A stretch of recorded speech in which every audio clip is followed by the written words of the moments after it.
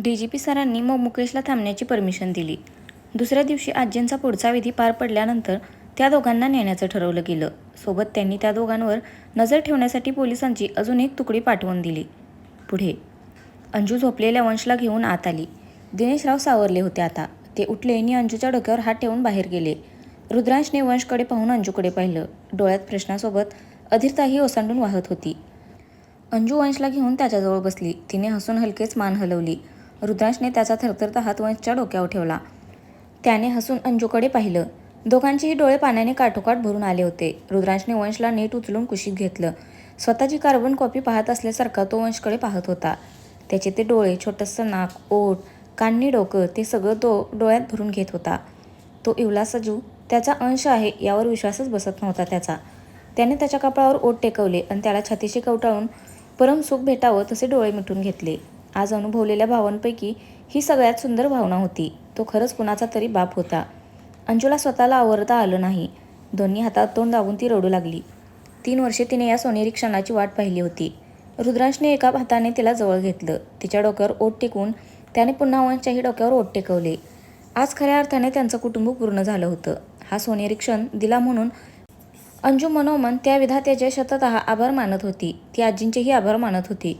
कारण सगळ्यात महत्त्वाचं काम तर त्यांनी केलं होतं. जाता जाताही त्या त्यांची जबाबदारी पार पाडून गेल्या होत्या. त्यांचं सगळं कुटुंब एक करून गेल्या होत्या. मध्यरात्री कधीतरी सौरभ अंजूला उठवू लागला. तिने डोळे किलकिले करत पाहिलं त्याच्याकडे. त्याने वेगळाच वेश धारण केला होता. सोबत होती ईशा. तिनेही साडी घालून बाईचं रूप घेतलं होतं. काय आहे हे? अंजूने न समजून हळूच विचारलं. सौरभने तिला उठवून बाजूला नेलं. मुकेश जिजू उद्या तुम्हाला अरेस्ट करून नेतील. गावकरी मदत करतील. पण तरीही धोका टळणार नाही. त्यापेक्षा तुम्ही आत्ताच पळून जा. तो हळू आवाजात म्हणाला. पण मग तुम्ही दोघे हे असे का तयार झाला आहात? अंजूने गोंधळून विचारलं. ईशाने तिच्या हातांवर मारलं. तशी अंजूची ट्यूब पेटली. ती लगेच तयार झाली. ते तिघे रुद्रांजवळ गेले. वंशला कुशीत घेऊनच झोपला होता तो. किती समाधान होतं त्या चेहऱ्यावर. त्याला उठवणं अंजूच्या जीवावर आलं. वंशला बघताच तिलाही गहवरून आलं. पुन्हा दुरावला जाणार होता तिचा बछड्या. इमोशनल होऊ नको संजू. हा गोल्डन चान्स परत मिळणार नाही. सौरभ तिला समजावत म्हणाला. अंजूला आता त्याचं खूप अप्रूप वाटलं. किती कुशलतेने आणि जबाबदारीने हाताळत होता ही अवघड परिस्थिती. तिने एक सुस्कारा सोडत रुद्रांशला उठवलं. त्यांचा प्लॅन झाला. अंजूने आगतिक होऊन वंशच्या डोक्यावर ओठ टेकवले. रुद्रांशनेही त्याला प्रेमाने कुरवाळून त्याचा चेहरा डोळ्यात भरून घेतला. इकडे मुकेश झोपला होता. पण त्याची आलेली नवीन फौज जागीच होती.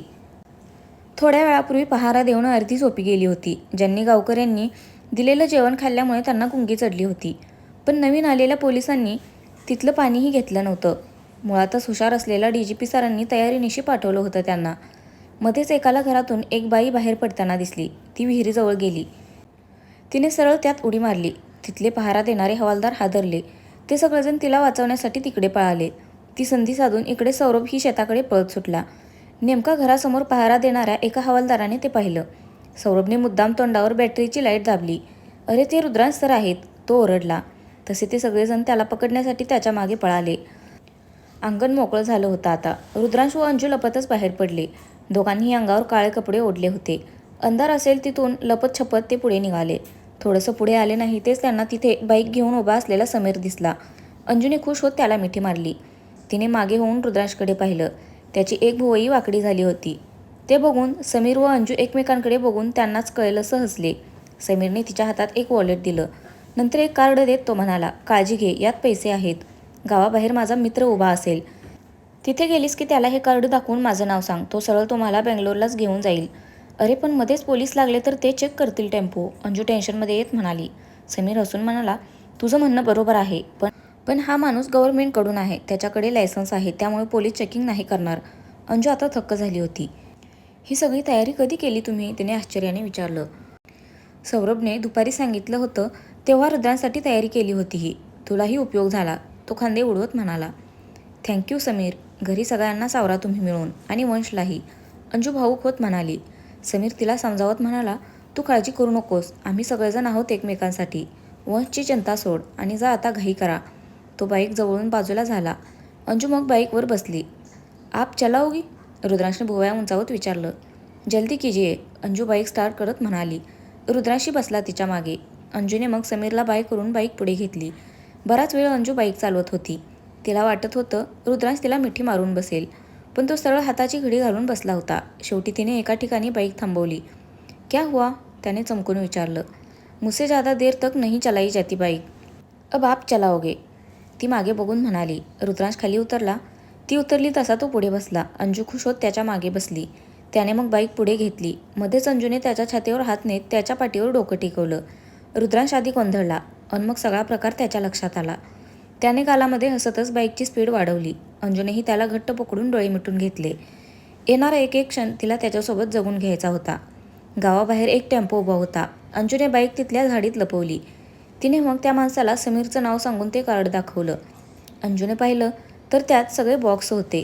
आम्ही लपणार कुठे? तिने त्याला विचारलं. त्याने त्यांना पुढे बसवलं. त्याने मग तिथलं पार्टिशन दूर केलं. त्या बॉक्सच्या मागे जागा रिकामी होती. अंजू व रुद्रांश तिथे घुसले. त्या माणसाने पार्टिशन बंद करून घेतलं. अंजू व रुद्रांसाठी खरं तर ती कमीच जागा होती. दोघेही थोडेसे ओढून बसले होते. नशीब हवा तरी येत होती, नाहीतर गरमीनेच वाट लागली असती त्यांची. थोडा वेळ गेला. अंजूला पाय पोटाशी घेतल्याने खूपच अवघडून आलं होतं. सरळ पाय पसरून बसताच येत नव्हतं. रुद्रांशचंही तसंच होतं. शेवटी अंजू उभी राहिली. तिने रुद्रांशलाही उठवलं. ती मग खाली सरकून आडवी झोपली. तिच्यासमोर रुद्रांशला पुरेल अशी जागा होती. तोही जमेल तसा तिच्यासमोर आडवा झाला. दोघांचेही चेहरे अगदी समोरासमोर होते आता. त्यांचे उष्ण उसासे आंघोळ घालत होते एकमेकांच्या चेहऱ्यांना. त्याने तिचे विस्कटलेले केस कानामागे सारले. त्या थंडगार स्पर्शाने ती हलकीशी शहारली. तो एकटक तिलाच बघत होता. अंजूला आता लाजल्यासारखं झालं. ती नजर चोळत थोडीशी खाली सरकली आणि सरळ त्याच्या भोवती हात टाकून तिने त्याच्या छातीवर तोंड लपवलं. त्याने तिच्या पाठीवर हात नेत तिला अजून जवळ ओढलं. दोघांनीही समाधानाने डोळे मिटून घेतले. सकाळी मुकेशला सगळा प्रकार समजला तशी त्याच्या तळपायाची आग मस्तकात गेली होती. त्याने तातडीने सगळीकडे फोन केले होते आणि पोलिसांना त्यांच्या मागावर धाडलं होतं. सौरभ व ईशा आता त्याच्यासमोर मान खाली घालून उभे होते. बाकी घरची सगळी मंडळी चेहरे निर्विकार ठेवून उभी होती.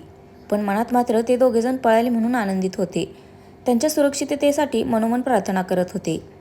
यासाठी मी तुम्हाला कोठडीत नेऊ शकतो, मुकेश जरब देत म्हणाला. नेऊन तर दाखवा. सौरभ मान वर करून फक्त त्याला समजेल असा म्हणाला. सौरभला सत्य माहीत असल्याचं माहीत होतं मुकेशला. त्याने हाताची मुठ्ठ आवळली. त्याचं खरं रूप सगळ्यांसमोर येऊ नये म्हणून त्याने तग धरला होता. पण कायदा होताच त्याच्या मदतीला. मुकेश दिनेश रावांसमोर जात म्हणाला, मला माफ करा बाबा, पण या दोघांनी जे केलं ते कायद्याच्या दृष्टीने गुन्हा आहे. त्यामुळे मला त्यांना अरेस्ट करावंच लागेल. अहो पण त्या दोघांना पळून जाण्यात आम्ही मदत केली, एक माणूस पुढे येत म्हणाला. त्याच्यासोबत 20 ते 25 जण माणसे जमली होती तिथे. हो हो आम्ही मदत केली, तो प्रत्येकजण म्हणू लागला. हे बघा, जर यांना पकडून नेणार असाल तर आम्हालाही पकडून न्या, नाहीतर हे दोघेजण कुठेच जाणार नाही. पुन्हा तो पहिला मोरक्या म्हणाला. मुकेशने आता अत्यंत रागाने सौरभकडे पाहिलं. तो खाली मान घालून हसत होता. तुला जे योग्य वाटेल ते कर तू मुकेश, आम्ही आहोत तुझ्यासोबत, दिनेशराव आश्वासकपणे म्हणाले. पण काय करू शकणार होता मुकेश? त्या दोघांना अटक करून अंजू व रुद्रांश थोडीच मिळणार होते त्याला. शेवटी तो हताशपणे निरोप घेऊन मुंबईला निघून गेला. अहिल्याबाईंनी लगेच सौरभ जवळ जात त्याला मिठीत घेतलं. त्यानेही हसून त्यांना मिठी मारली. त्यांनी दिनेशरावांकडे पाहिलं. त्यांच्या नजरेतही त्याला त्याच्याबद्दल कौतुक दिसत होतं. खरं तर सगळेच कौतुकाने बघत होते त्याला. त्यांच्या डोक्यावरची टांगती तलवार जी हटली होती, बस आता खंडेरायाकडे सगळं ठीक व्हावं एवढं एकच मागणं होतं त्यांचं. तर फ्रेंड्स, आजचा भाग कसा वाटला नक्की कमेंट करून सांगा. धन्यवाद.